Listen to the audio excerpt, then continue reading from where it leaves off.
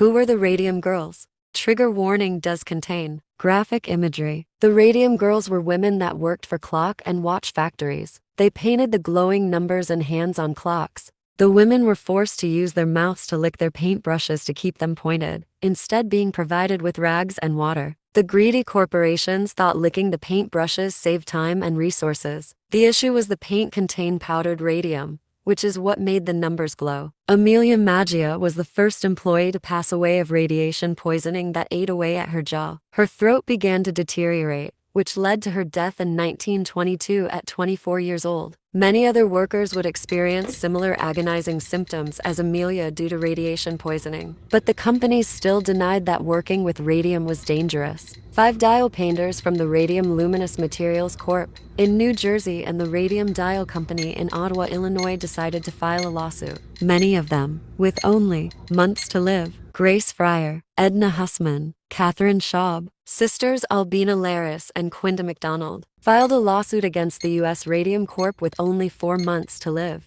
They became known as the Radium Girls. The media called it the case of the 5 women doomed to die. They were developing large tumors on their jaws and their bones were decaying. That didn't stop Radium Dial Corp. from dragging out the proceedings. By the time the case went to court in 1928, many of the women were dead. Pictured here, Edna Hussman attending a hearing from her deathbed. The SRC agreed to an out-of-court settlement in 1928, awarding each woman $10,000 and $600 per year for life. However, none of the women survived more than 2 years after the settlement. The Radium Girls lawsuit was one of the first lawsuits that held an employer responsible for the health of employees, which led to the creation of OSHA. This is a Westclox Big Ben clock with radium dials. This little guy is reading 311 CPM on my Geiger counter, so I will keep it in the cabinet. R.I.P. Radium Girls.